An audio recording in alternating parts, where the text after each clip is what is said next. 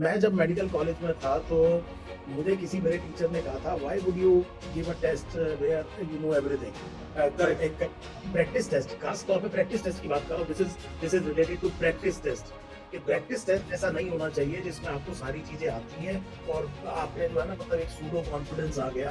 तो वो ये कहते थे कि यार प्रैक्टिस का मतलब ये है कि आपको ये पता चले कि आप कहाँ कहाँ गड़बड़ कर सकते हैं। तो मैं भी जब पेपर बनाता हूँ तो 3-4 कंसेप्ट जरूर ऐसे डालता हूँ जहाँ मुझे लगता है कि बच्चा कहीं इसको ऐसे इंटरप्रेट ना कर रहा हो, क्योंकि काफी मेहनत लगती है पेपर बनाने में। तो द आइडिया इज कहीं ये कमी ना रह जाए, वो क्वेश्चन प्रेजेंट कर दिया जाए। तो this is the right spirit और मैं बड़ा फैसिनेटेड हूँ। मतलब एक और चीज मेरी समझ में आ गई कि पेपर आसान होगा, सिलेक्शन आसान नहीं है।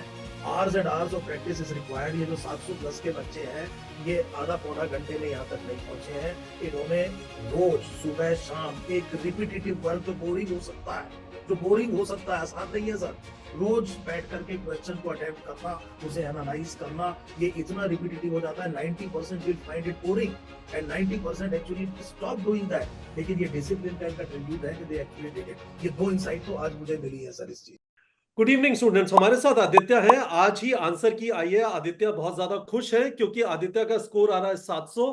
आदित्य का ये सेकंड अटेम्प्ट था। आदित्य अरुणाचल प्रदेश से है, ओरिजिनली बिहार से। आदित्य, मैंने आपके बारे में सारी इंफॉर्मेशन बता दी। इंपॉर्टेंट इंफॉर्मेशन स्टूडेंट्स के लिए ये है, आपका फर्स्ट अटेम्प्ट में क्या स्कोर था? 543 था सर।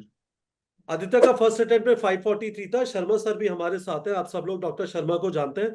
आदित्य, मुझे ये बताइए, फर्स्ट अटेम्प्ट में 543 के बाद आपको क्या समझ में आया जिसको आपने फिक्स किया और उसकी वजह से आपके इस बार 700 नंबर आ रहे हैं? या ये सिर्फ इसलिए हो रहा है कि पेपर आसान था? सर 543 के बाद मुझे यही समझ आया कि मैंने टेस्ट ज्यादा नहीं दिए, मैंने क्वेश्चन प्रैक्टिस ज्यादा नहीं की, मेरे कॉन्सेप्ट्स क्लियर नहीं थे उतने। तो मैंने इस पे काम किया है सर पूरे ड्रॉप ईयर। मैंने अराउंड 16,000 प्लस टारगेट बैच से क्वेश्चन प्रैक्टिस किए। मैंने बायो प्रोडिजी पूरा दिया है। मैंने आकाश से टेस्ट सीरीज ज्वाइन की है, नीट प्रेप की भी टेस्ट सीरीज दी है। It is very good. पहली बात तो जो मुझे समझ में आई, आपने कहा टेस्टिंग वाज द पैरामीटर जिससे आपने ये नापा कि आपकी क्या प्रॉब्लम है, आपकी स्ट्रेंथ क्या है, आपकी वीकनेस क्या है और आपने करना क्या है आगे। और आपको ये पता चला कि एफर्ट कहाँ पर डालना है। फिर मैं ये पूछ रहा हूँ, ये जो मल्टीपल जगह से आपने टेस्ट सीरीज ज्वाइन किया, इसका आपको क्या फायदा हुआ? Sir different type of questions मिलते थे। हर बार पता चलता था कि कहाँ गलती है। मान लीजिए सर, टॉपिक्स तो बहुत वास्ट है तभी भी। अराउंड मोर देन 70-80 चैप्टर्स है। तो एक टेस्ट देने थे तो सर सारे चैप्टर्स के सारे टॉपिक्स क्लियर होने वाले हैं नहीं। पता नहीं चलने वाले कि कहाँ कुछ छूट गया। तो जब मैं मल्टीपल टेस्ट सीरीज कर रहा हूँ तो मुझे पता चल जा रहा है कि ये चैप्टर्स में ये वाला पार्ट वीक है, क्योंकि ये सारे टेस्ट में मेरा गलत होते गया। तो इससे ये क्लैरिटी आई। और at the same time question भी बहुत अलग अलग लैंग्वेज में पता चले। नीट प्रेप में अलग मिल गया, आकाश में कुछ अलग ही मिल गया। तो ऐसा होता था बहुत बार मेरे साथ सर।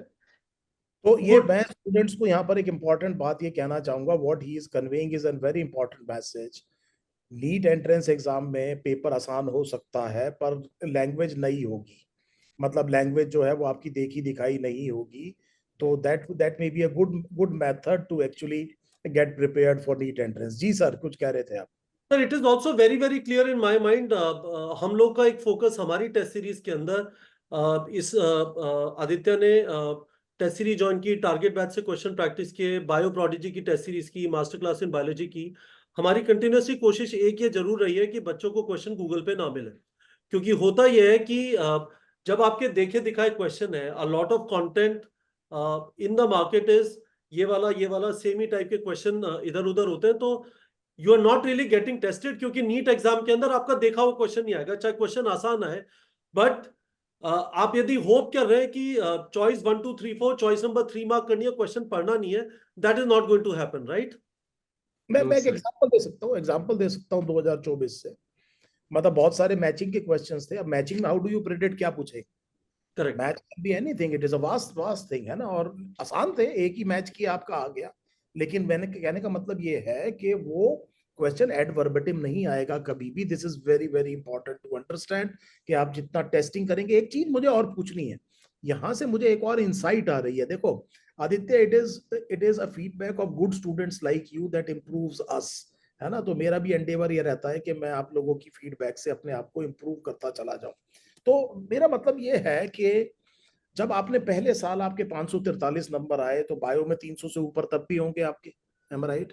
नहीं थे सर, 290 समथिंग थे। चलो फेयर एनफ, करीब 300 नंबर थे, विच मींस कि बायो में सबसे अच्छी स्कोरिंग फिजिक्स केमिस्ट्री, और बायो में उसके बाद भी आपको बायो में लग रहा होगा मुझे आती है।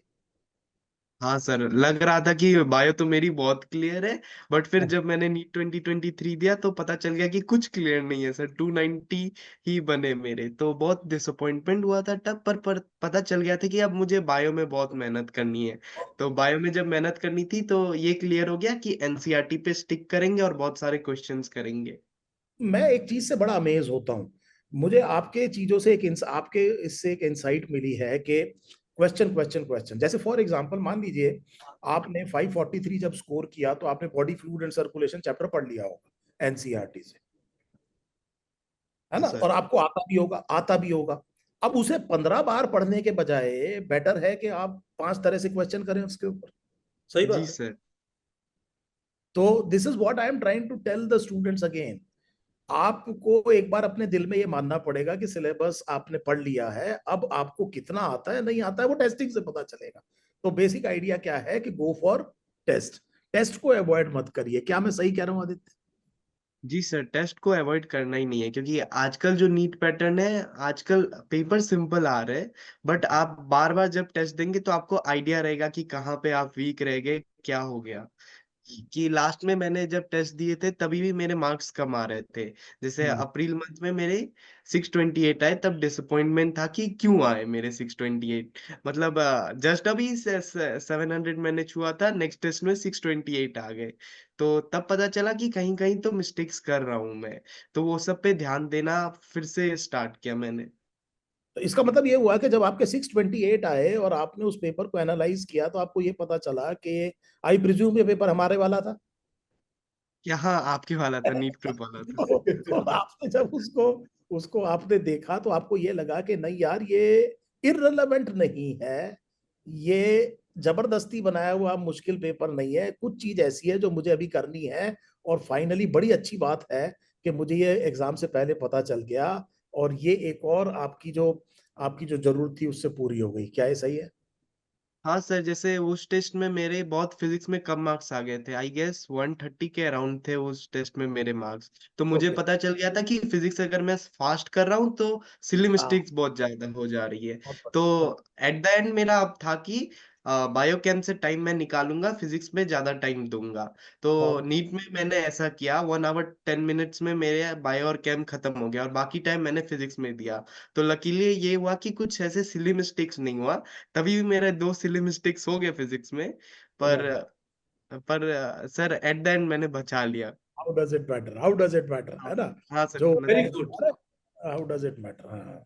तो फ्रॉम 290 इन बायोलॉजी टू आपके इस बार 360 आ रहे हैं बायोलॉजी में, करेक्ट? यस सर, 360 आ रहे हैं। तो मुझे एक चीज बताइए, हमारी टेस्ट सीरीज में 23 टेस्ट सारे बायो के डॉक्टर शर्मा ने डिजाइन किए, यानी 2300 क्वेश्चंस। बायो प्रोडिजी के अंदर ऑलमोस्ट 65 टेस्ट थे। मेरा सेंस है कि that that is around 3000 questions. तो 2300, 3000, 5300 क्वेश्चंस, और मास्टर क्लास इन बायोलॉजी में 7000 क्वेश्चन है। तो टोटल मिला के करीब 12500 क्वेश्चन हुए। आपने सारे क्वेश्चन किए।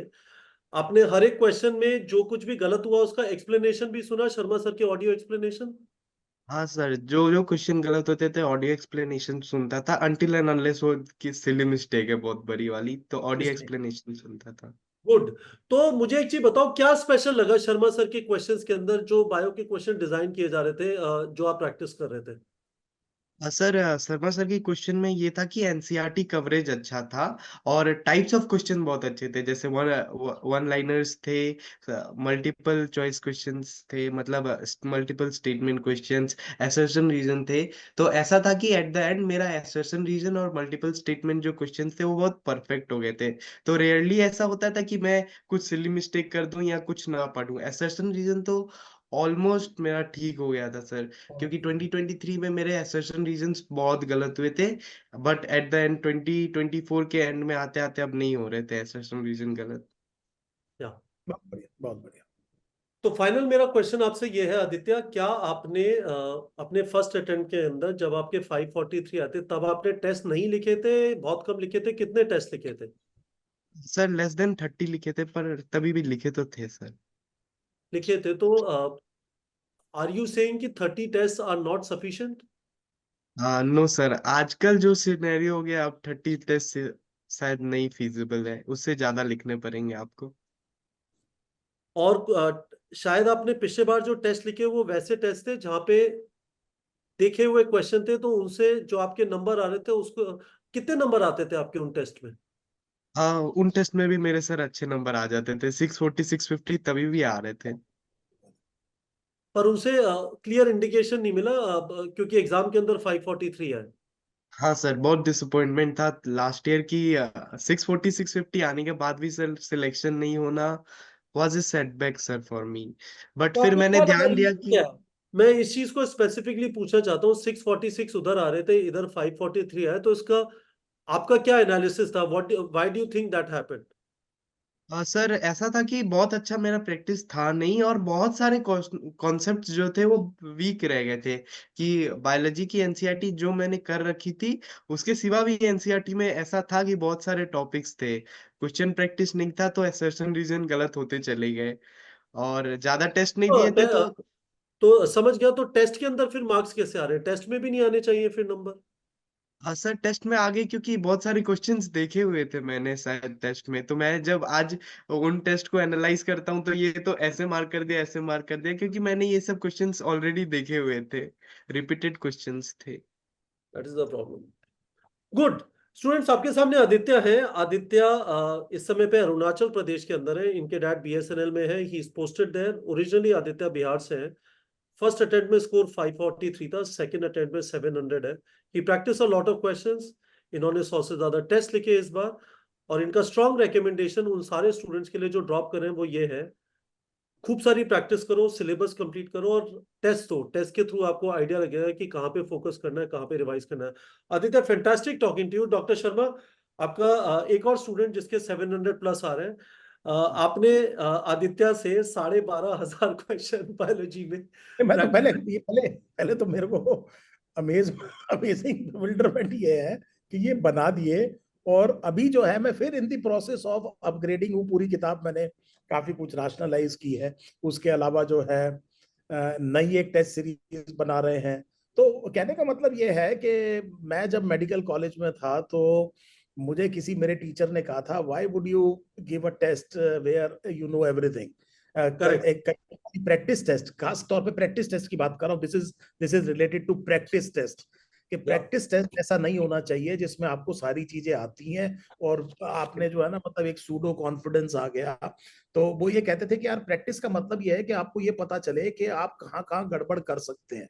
तो मैं भी जब पेपर बनाता हूँ तो 3 4 कंसेप्ट जरूर ऐसे डालता हूँ जहां मुझे लगता है कि बच्चा कहीं इसको ऐसे इंटरप्रेट ना कर रहा हो, क्योंकि काफी मेहनत लगती है पेपर बनाने में। तो द आइडिया इज कि कहीं ये कमी ना रह जाए, वो क्वेश्चन प्रेजेंट कर दिया जाए।